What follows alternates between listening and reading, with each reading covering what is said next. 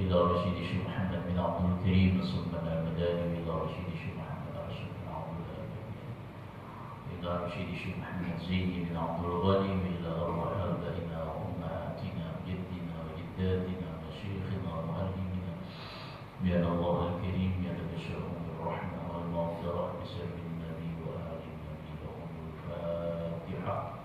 أعوذ بالله من الشيطان الرجيم. بسم الله الرحمن الرحيم. الحمد لله رب العالمين الرحمن الرحيم.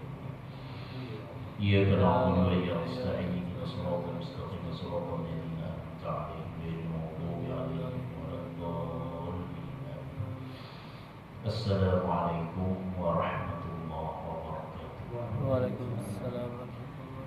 بسم الله الرحمن الرحيم. الحمد لله رب العالمين والصلاة والسلام على أشرف الأنبياء والمرسلين سيدنا مولانا محمد وعلى آله وصحبه أجمعين. سبحانك لا علم لنا إلا ما علمتنا إنك أنت العليم الحكيم وتب علينا إنك أنت التواب الرحيم. سبحان الله والحمد لله ولا إله إلا الله والله أكبر ولا حول ولا قوة إلا بالله العلي العظيم العزيز العليم عدد كل حرف كتب ويكتب أبد الآمنين ودهر الدائرين في الدارين آمين. Alhamdulillah, marilah kita senantiasa selalu memanjatkan puji dan syukur kehadirat Allah Subhanahu wa taala yang mana dengan limpahan rahmat hidayah serta inayah taufik dan anugerahnya kepada kita sampai saat ini masih diberi umur oleh Allah, masih diberi kesehatan oleh Allah sehingga kita dapat kembali melaksanakan sembahyang maghrib berjamaah. Kemudian kita duduk bersama menunggu waktu isya, kita isi dengan mengkaji, menelaah, menuntut serta menambah daripada ilmu agama. Salawat dan salam kita aturkan keharibaan junjungan kita Nabi besar Muhammad sallallahu alaihi wasallam, kepada keluarga beliau, sahabat-sahabat beliau, zuriat-zuriat beliau, pengikut-pengikut beliau ila yaumil qiyamah. Qala al-musannif rahimahullah ta'ala wa nafa'ana bihi wa bihi bi'alami fid dharain amin.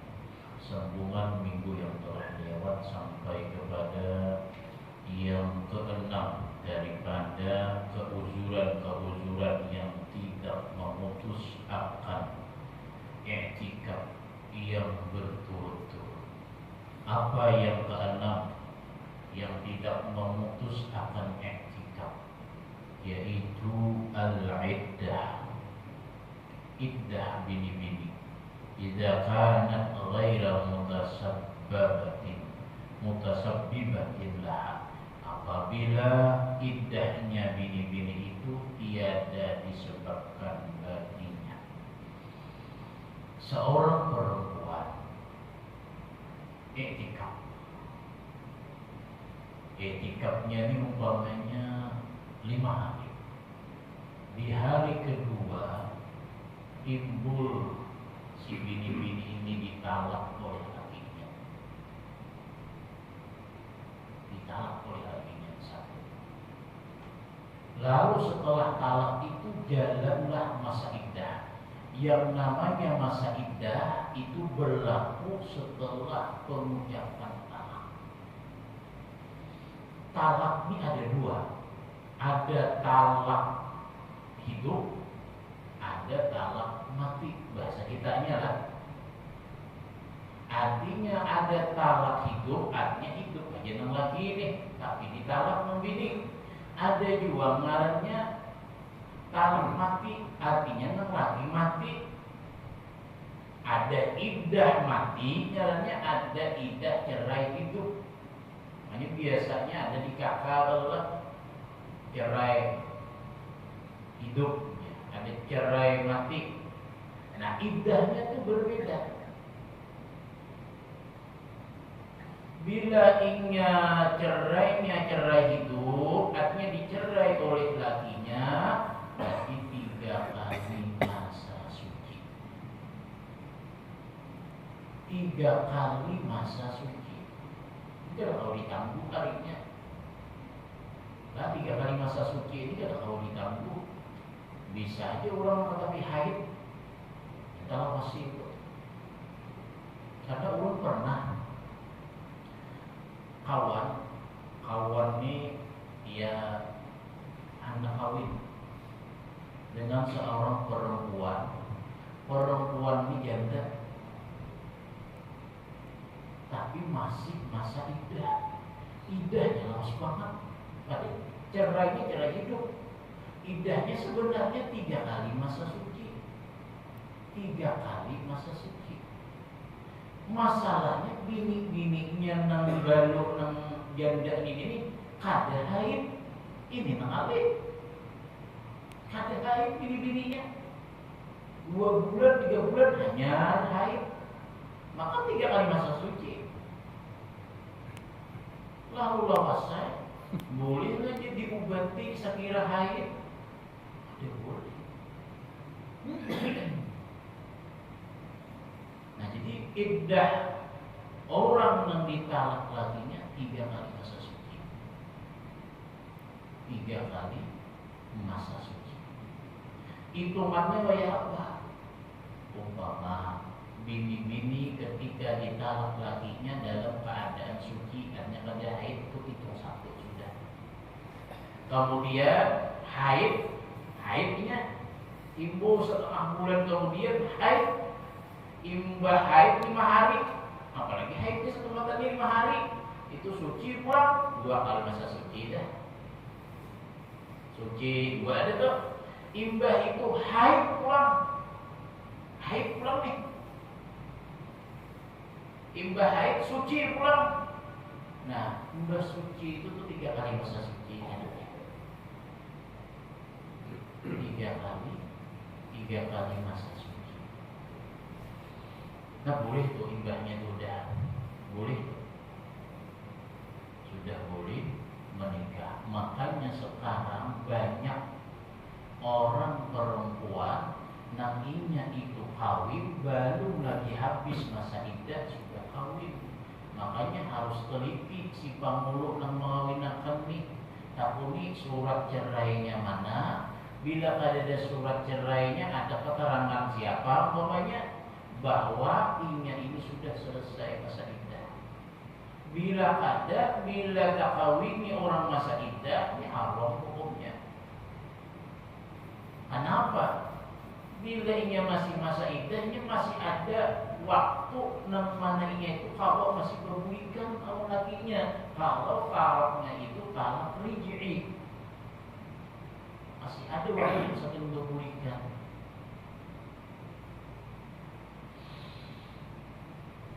Yang bini-bini biasanya punya kehendak kawin itu pada habis itu masa iddah padahal baru. Nah, ada boleh. Nah, bini-bini ini umpamanya ketika i'tikaf. Nah, ada iddah tadi kan iddah mati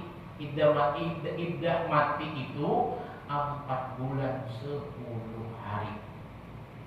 Jadi kan 3 kali masa suci ada 4 bulan 10 hari. Arba'at ashhurin wa asyra. Artinya 4 bulan 10 hari.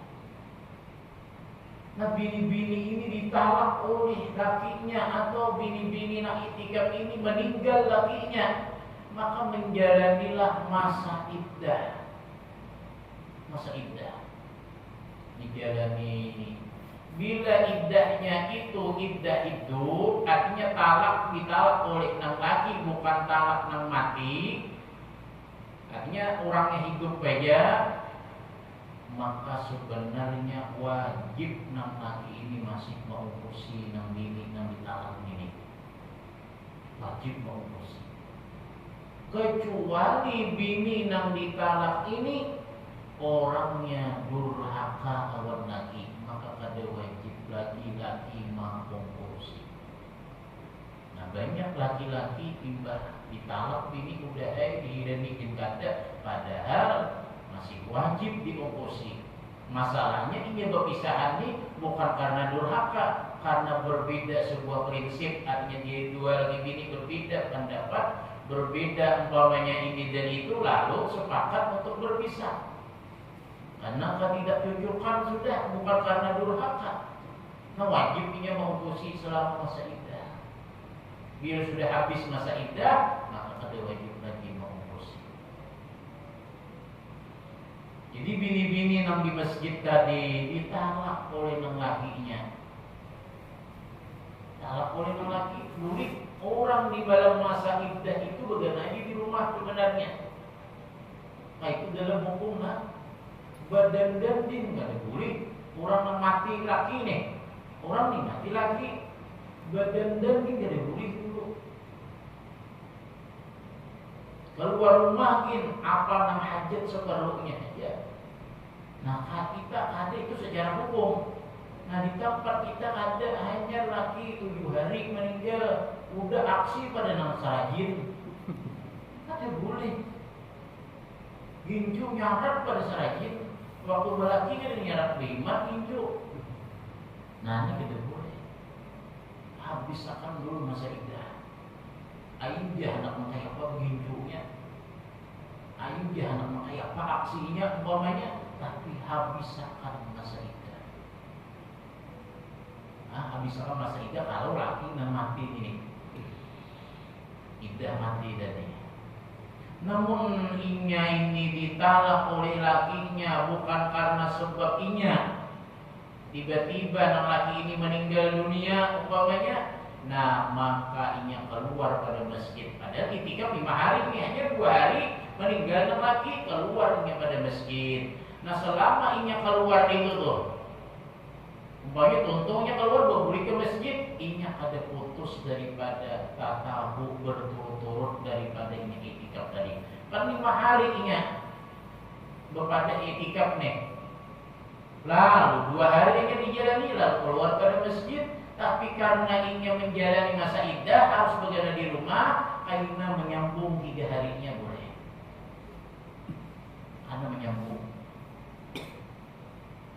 Nah kecuali iddahnya ini, talaknya ini disebabkan dirinya, sebab dirinya juga laki ini menalak, maka keluar pada masjid, maka putuslah daripada iktikafnya. Nah 2 hari ini kada dihitung lagi bahasa ulang dari hitungannya.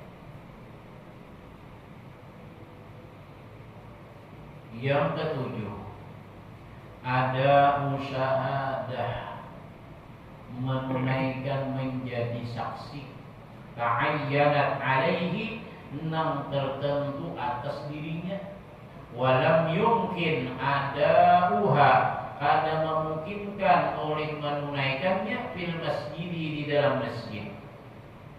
Umpamanya si A ini itikaf dalam masjid ini berjanji 5 hari itikaf, hanya 2 hari menjalani itikaf, timbul ada panggilan inya ini jadi saksi atas perkara si A, maka inya ini jadi saksi kunci, bisa jadi penentu bagi seseorang dihukum padanya. Kawalah orang jadi saksi di dalam masjid, karena kawal harus ke persidangan, kada memungkinkan menunaikan itu menjadi saksi di dalam masjid, lalu keluar pada masjid, hanya 2 hari dijalani itikafnya.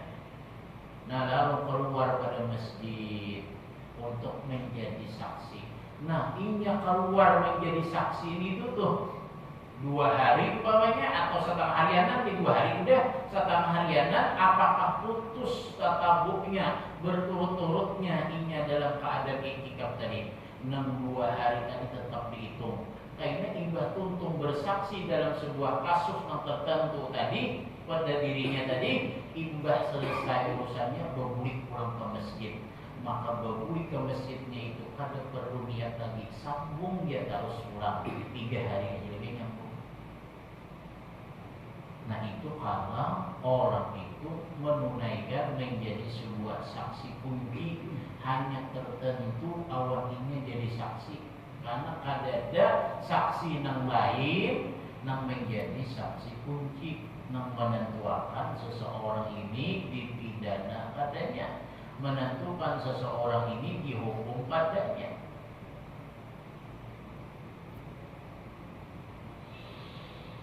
Kama qala sahibu Safwat az-Zubad, وأبطل إن نذر التوالي بالوقت ولبس مع الإنزال لا بخروج منه بالنسيان أو لقضاء حاجات الإنسان أو مراد شق مع المقام والحيض والغسل من احتلام والأكل والشرب أو الأذان من راتب والخوف من سلطان. Ini himpunan-himpunan keuzuran-keuzuran yang dihimpunkan oleh Imam Ibn Ruslan dalam kitab Zubat, sebagaimana yang sudah kita baca itu dihimpunkan sihir dalam bentuk sihir. Artinya keuzuran-keuzuran tersebut tidak memutus daripada bermualah atau tatabu berturut-turut daripada iktikafnya. Yang keempat, permasalahan syakhs nazara iktikafan mutatabi'an, seseorang bernazar iktikaf berturut-turut. Orang nih bernazar iktikaf berturut-turut 5 hari berturut-turut iktikaf, tetapi di dalam iktikafnya ini dia memasukkan sebuah syarat, wa syaratal khuruja minal masjidi asna'al muddah. Tapi aku kaina ada keluar kaina daripada masjid selama 5 hari ini. Hari ketiga kah keluar daripada masjid di pertengahan masa, di pertengahan waktu ini. Nah, sekarang apa hukumnya? Bolehkah ia keluar daripada masjid sedangkan dia bernazar 5 hari, hari ketiganya keluar dari masjid? Karena telah lewat bila ia bernazar 5 hari berturut-turut, harus ke 5 harinya bukan? Ada boleh keluar. Nah, apapun ia bernazarnya apa disyaratkannya? Artinya bernazar iktikaf di dalam masjid 5 hari berturut-turut, tapi kayaknya syarat akan aku ada kayaknya jangan keluar karena ada sebuah urusan di pertengahan waktu kayaknya. Nah, maka hukum hadza syarti, apa hukum ini syarat? Apakah tidak mempengaruhi kepada nazarnya yang berturut-turut 5 hari tersebut, atau mempengaruhi? Apakah ini harus bahasa mulai awal pertama hari kalau ini sudah keluar dari masjid? Nah, di sini dirincikan sini fihi tafsirun, padanya ada sebuah rincian. Ija syarat al-khuruja li'aridin mubahin maksudin la yunafil i'tikafa syahha syartuhu. Apabila mensyaratkan dia keluar bagi barang yang mendatang, tapi barang yang mendatang ini yang dibolehkan, maksudin ada sebuah tujuannya, la yunafil i'tikafa, tidak menafikan akan iktikaf, sahha syartuhu, sah syaratnya. Artinya kalau ini keluar pada masjid, disyaratkannya nih karena sesuatu yang mendatang, bahasa kita mendadak ada kabar, artinya bini garing ya. Padahal iktikaf 5 hari, hanya 2 hari bini garing lalu keluar li'aridin mubahin, karena sesuatu yang mendatang yang dibolehkan. Maksudah, nah ada sebuah tujuan. Nah itu sah. Artinya kada memutus daripada iktikaf tersebut. Fa'in ayyana syai'an, maka jika yang menentuakan sesuatunya, kataraddudin ala qaribin, seperti berbulak balik atas keluarganya mailangi, fala yatazawaju alladhi ayyanahu, maka melimpaui yang sudah ditentuakan. Nah, ini tidak boleh.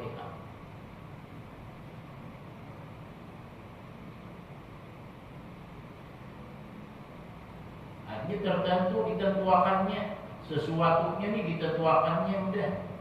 Aku kayaknya menghilangi keluarga, ini menghilangi keluarga jam sekian, maka kada boleh yang sesuatu yang dia tentukan tersebut.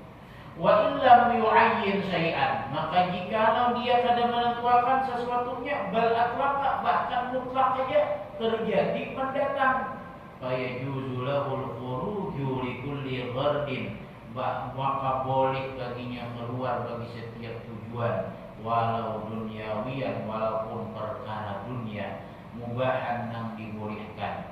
Kaliqa'i amirin, seperti menjumpai pemerintah, pemimpin, wa ghairihi, dan selainnya. Nah, itu boleh ya. Kalau ini ada tertentu syaratnya.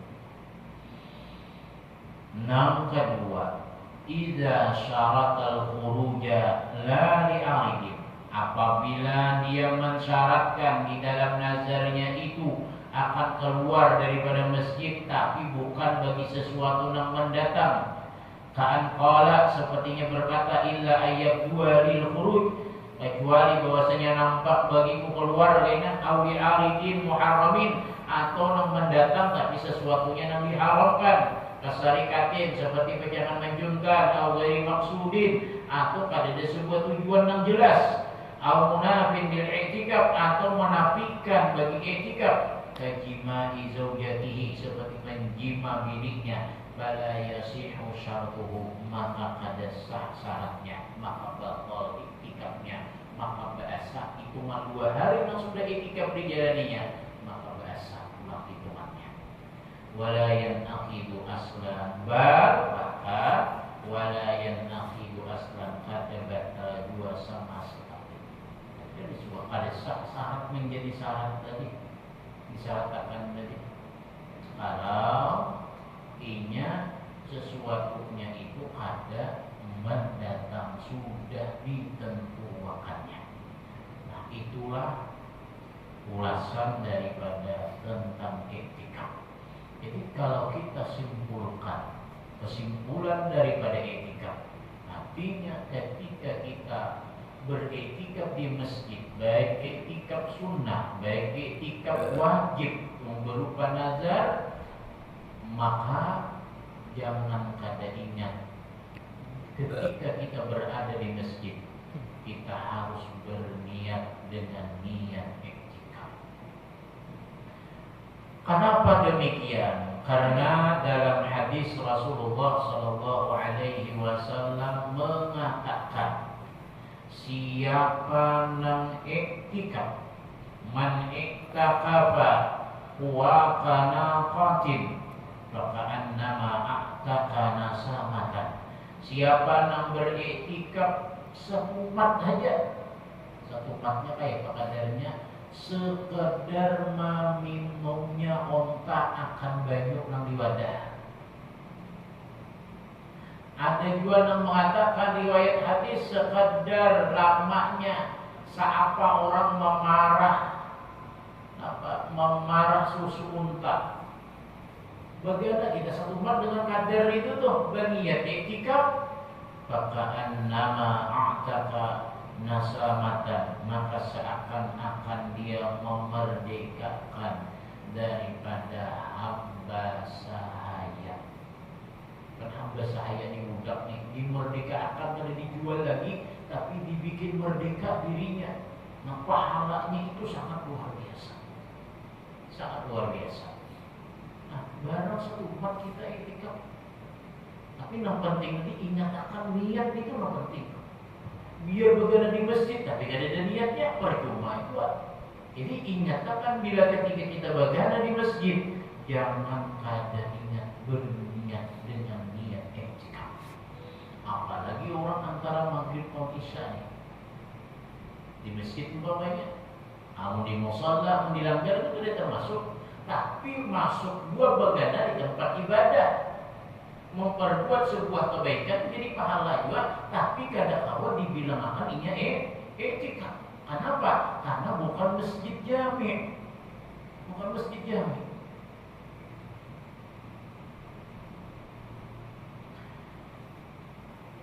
Nah, amun ini di masjid maghrib, sembahyang maghrib, begana sampai isya, sembahyang isya, untuk sembahyang isya boleh.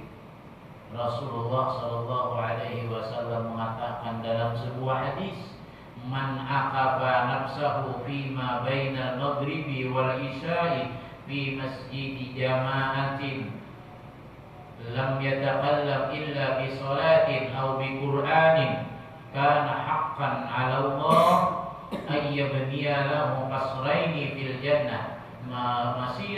kulli kasrin minhuma mi'atu 'amin wa yughrasu lahu bainahuma ghirasatan law tafahu ahlul ardi la wasa'ahu. Rasulullah mengatakan, siapa yang i'tikaf di dalam waktu antara maghrib dan isya. Maghrib awal isya, mulai waktu maghrib sampai begadang sampai waktu isya, sembahyang isya. Di mana? Di masjid yang disembahyangi Jumat. Tapi masjid yang disembahyangi Jumat. Dan dia tidak berkata-kata kecuali yang digawinya itu sembahyang, kecuali yang digawinya itu Quran, yang dibacanya itu Quran atau tasbih atau sholawat atau bacaan apapun selain daripada mengucap perkara dunia, maka adalah hak atas Allah membikinkan baginya dua kerajaan di dalam surga. Perjalanan setiap kerajaan dari keduanya tersebut 100 tahun, dan ditanamkan baginya di antara keduanya kebun. Seandainya mengelilingi itu kebun oleh penduduk bumi, niscaya memenuhi itu tempat. Memenuhi itu tempat.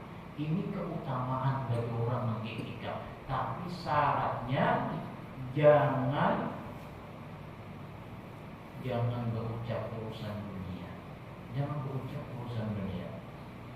Karena dalam sebuah hadis dalam kitab Tanqihul Qaul, Rasulullah mengatakan dalam sebuah hadis, man taqallama bi kalami dunya fil masjidi ahbatallahu amalahu 40 sanah. Siapa yang berpandir dengan urusan dunia di dalam masjid, apalagi berjual beli di dalam masjid, jual beli ini urusan dunia. Jangan. Siapa yang berpandir masalah dunia di dalam masjid, walaupun para ulama mengatakan setidaknya hukumnya itu makruh. Boleh orang berpandir masalah dunia, tapi untuk sebuah kemaslahatan untuk umum. Orang rapat masjid umpamanya, tapi tujuan untuk kemaslahatan masjid, nah dipanggil urusan duit nih, kayak Pak nukar pasir, kayak Pak nukar kayu, kayak Pak nukar samin, urusan duit dipanggil di dalam masjid, tapi maslahatnya untuk masjid, maka boleh. Ada riwayat daripada Jabir bin Abdullah mengatakan, karena Rasulullah Shallallahu Alaihi Wasallam, para sahabat kami bersama Rasulullah di dalam masjid membicarakan tentang untuk sebuah kemaslahatan umat. Nah kayak apa? Sehingga di dalam pandiran itu ada terkandung masalah pandiran dunia. Maka dibawa. Nah yang kada boleh itu urusan pandiran dunia, tapi untuk sebuah kepribadi seorang. Mana pribadi dibandingkan baik kejadiannya di dalam masjid berpandir, nah itu boleh cucuk, bukan tempatnya. Nah siapa yang berpandir masalah dunia dalam masjid, Allah runtuhkan amal ibadahnya 40 tahun. Bisa habis. Umar dia 40 tahun hilang gara-gara dirinya. Walaupun ini hadis bukan hadis sahih, ada yang mengatakan bukan hadis sahih. Yang kedua, dalam kitab Nasaihud Diniyah oleh Habib Abdullah bin Al-Haddad, Al-Kalamu bi ghairi zikrillah wa qiraati kitabillah yuzhibul hasanah. Orang yang berpandir di dalam masjid selain daripada zikrullah, selain daripada baca Quran, selain daripada ini dan itu, yang intinya bukan daripada urusan pandir dunia nih. Artinya orang nih berpandir selain daripada zikir, berpandir selain daripada Quran, berpandir urusan dunia di dalam masjid, yuzhibul hasanah, itu menghilangkan kebaikan yang dilakukan. Ini menghilangkan pahala kebaikan yang kita lakukan. Artinya sedapat mungkin di dalam masjid jangan berpandir urusan dunia, apalagi masalah cerubuk. Nah, baginya ke depan tas. Baginya ke depan tas di dalam masjid cerubuk umpamanya kata-kata nang kotor, arti kata-kata nang kotor itu nang kada pantas diucap. Di masjid umpamanya itu kada jujur. Kada jujur.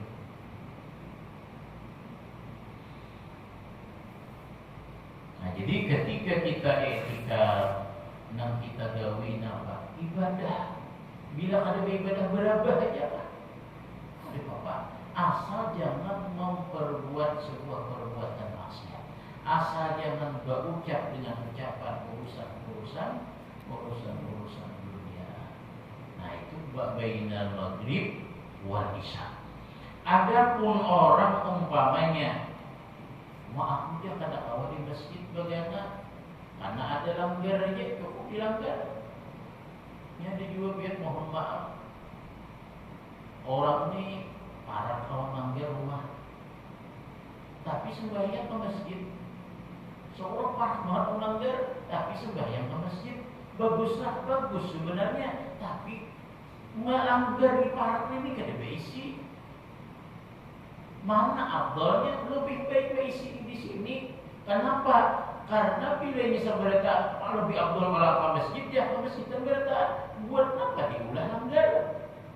Buat apa diulah langgar?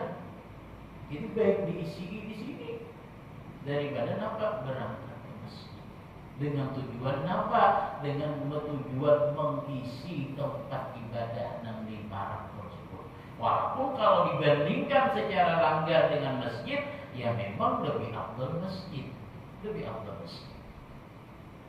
Kayak sembahyang subuh, mana afdalnya ke masjid?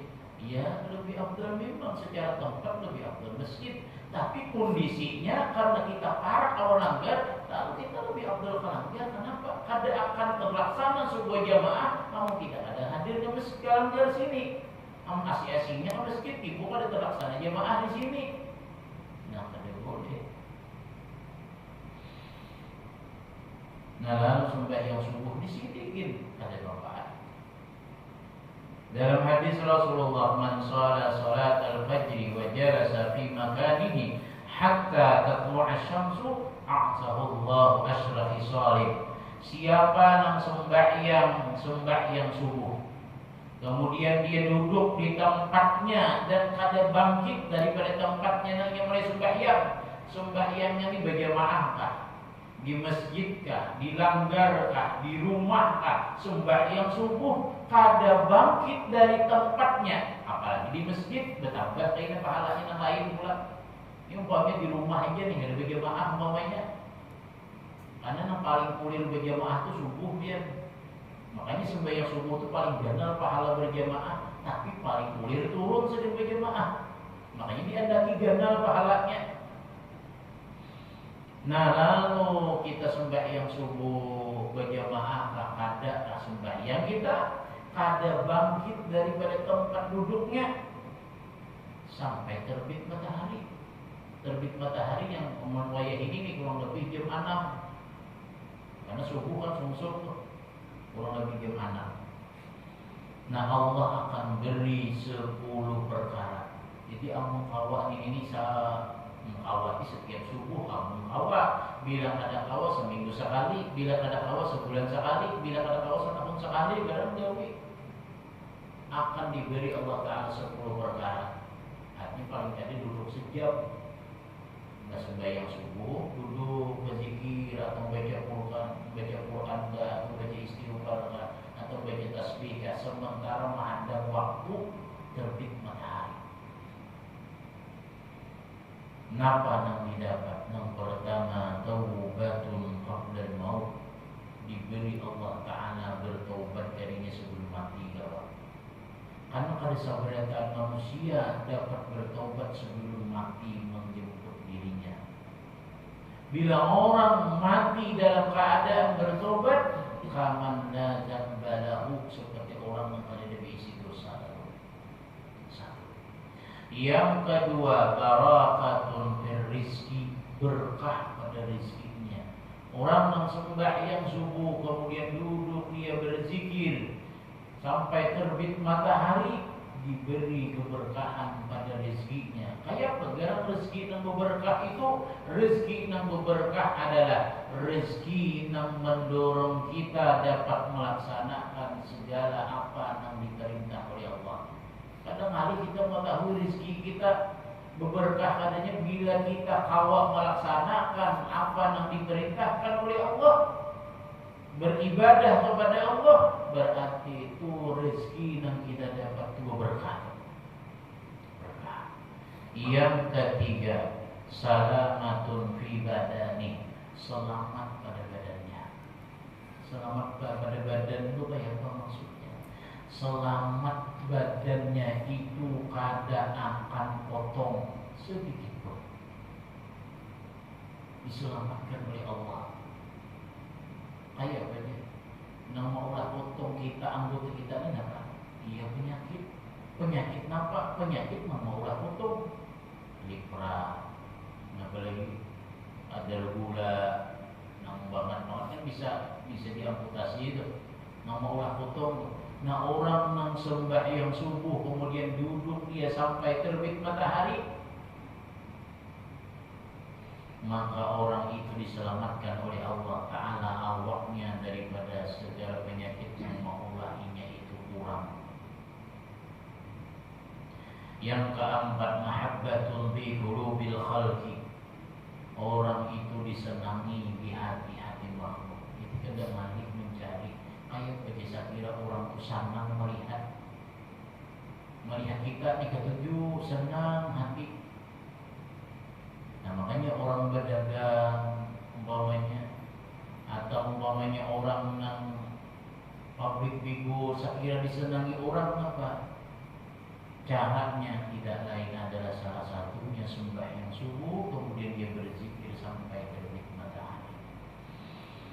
Yang kelima, yurfa'u anhu daikul ais, diangkat darinya kesempitan hidup.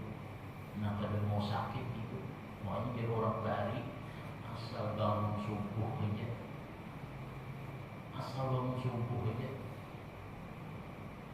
hidup kada akan sakit. Tapi sembahyang bangun wara ada, sembahyang subuh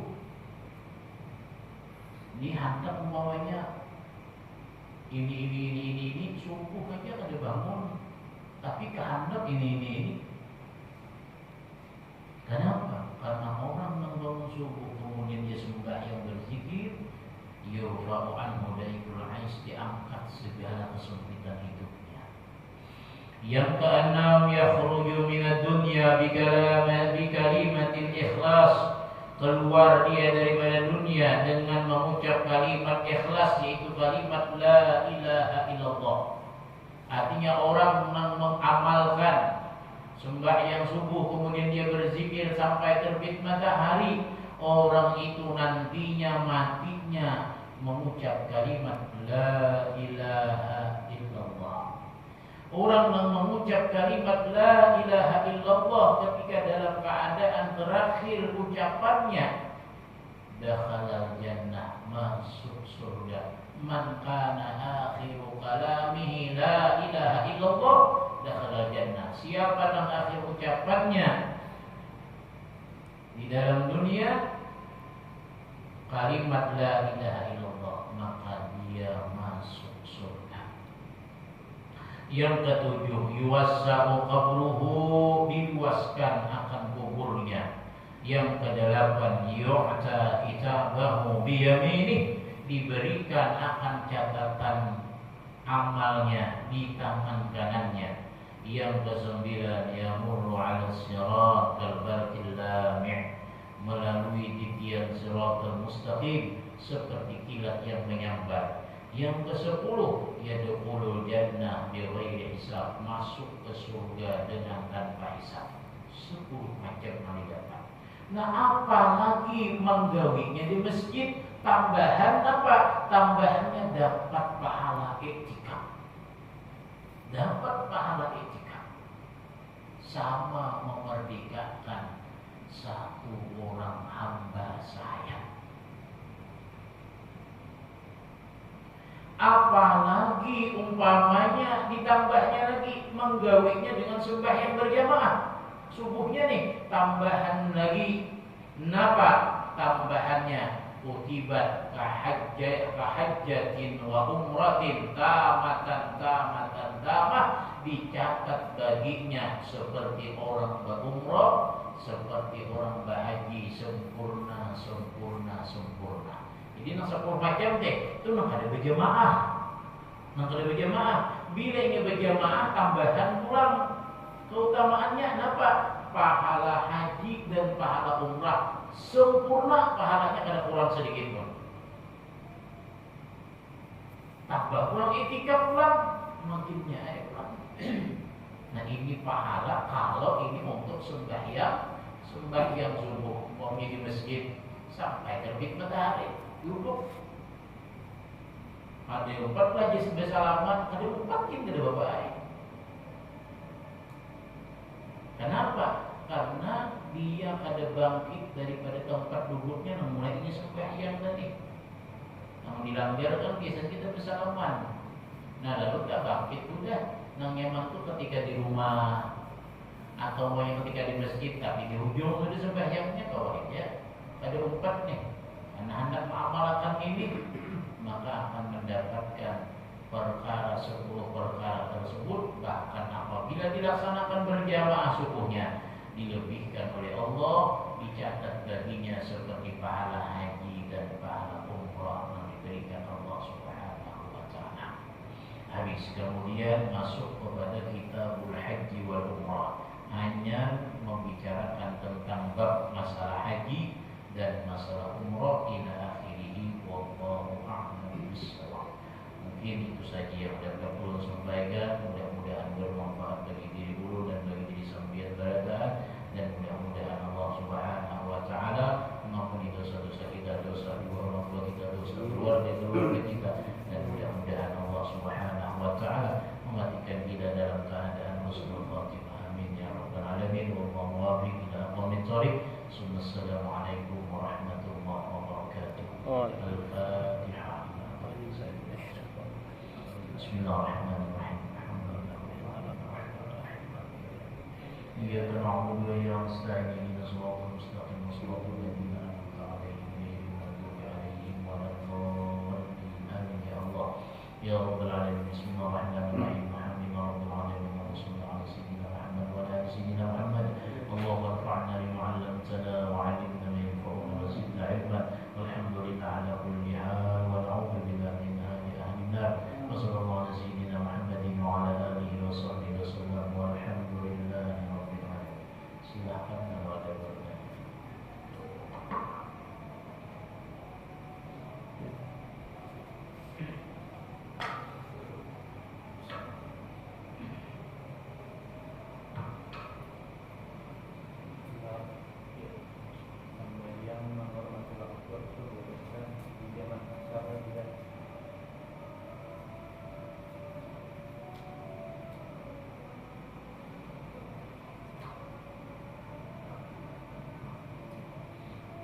Sembahyang dihormati waktu, apakah boleh dijamaah salat? Sekarang perkaranya yang kayak itu bilang dulu, apakah ketika dalam keadaan musafir? Kalau dalam keadaan musafir, kalau ini yang memungkinkan masih sampainya di dalam waktu, boleh. Nah, boleh. Karena umpamanya kan menghormati waktu ini ada sebabnya. Sebab umpamanya kita keadaannya ada isi banyu atau ada tanah, mau tetap sembahyang, atau baju kita ini bernajis, maka pada lagi baju mana-mana. Anak buka baju pada duitnya juga di perjalanan. Nah sembahyang itu bolehlah dijamaah kasar umpamanya, boleh. Tapi mengarang dihormati waktu ini tetap ini diulang. Nah, sembahyang dihormati waktu ini menghormati waktu aja, menghormati waktu. Nah kayaknya tetap kayak diulang sembahyangnya. Nabila ini memungkinkan sampai aja umpamanya ini juhur, juhur lah, ini juhur di perjalanan. Tapi kita sampai aja ke tujuan ini nih, tujuan musafir nih, sampai aja kayaknya jam 4:30. Pokoknya sampai jam 4:30, maka niatakan jamaah takdim jamaah takhir aja. Niatakan jamaah takhir, turun umpamanya turun mulai sini jam 11:30 lah, terus sekalinya awak ini menajis, baju ini menajis, kenapa nih, maka zuhur nih, kenapa sembahyang nih, apakah sembahyang dihormati waktu? Dalam hukum jamaah itu kan ada dua, ada jamaah takdim, ada jamaah takhir. Jamaah takdim kadang memungkinkan karena dalam keadaan menajis. Kalau jamaah takhir masih memungkinkan. Kenapa? Karena sampainya ini kata baik jari tadi jam 4:30, berarti masih maksud waktu asar lalu lagi. Nah, kainahnya gawe zuhur. Niatakan, artinya aku berniat menggawe sembahyang zuhur di waktu asar. Jamaah takhir. Jadi kada usah dihormati waktu lagi. Amun kecuali ini nih, sampainya ke Banjar jam 7 malam, berarti kaliwati dua waktu loh, zuhur awal asar. Nah, maka bolehnya menghormati waktu itu tuh boleh di jamaah asar. Tapi tetap ini diulang juga. Artinya dikabul, boleh tidak sebenarnya. Tapi bilanya memungkinkan hanya disampai ke tempat 6 dituju untuk musafir tadi, masih ada waktu 6 kedua sembahyang yang kedua, anak jamaah takhir aja, kada usah dihormati waktu. Artinya ada yang kena bacaan baju di sana. Nah, itu kada usah sembahyang dihormati waktu. Kalau memungkinkan aja, 6 bisa tuh kaliwati 2 waktu sembahyang tadi. Kaliwati 2 waktu sembahyang.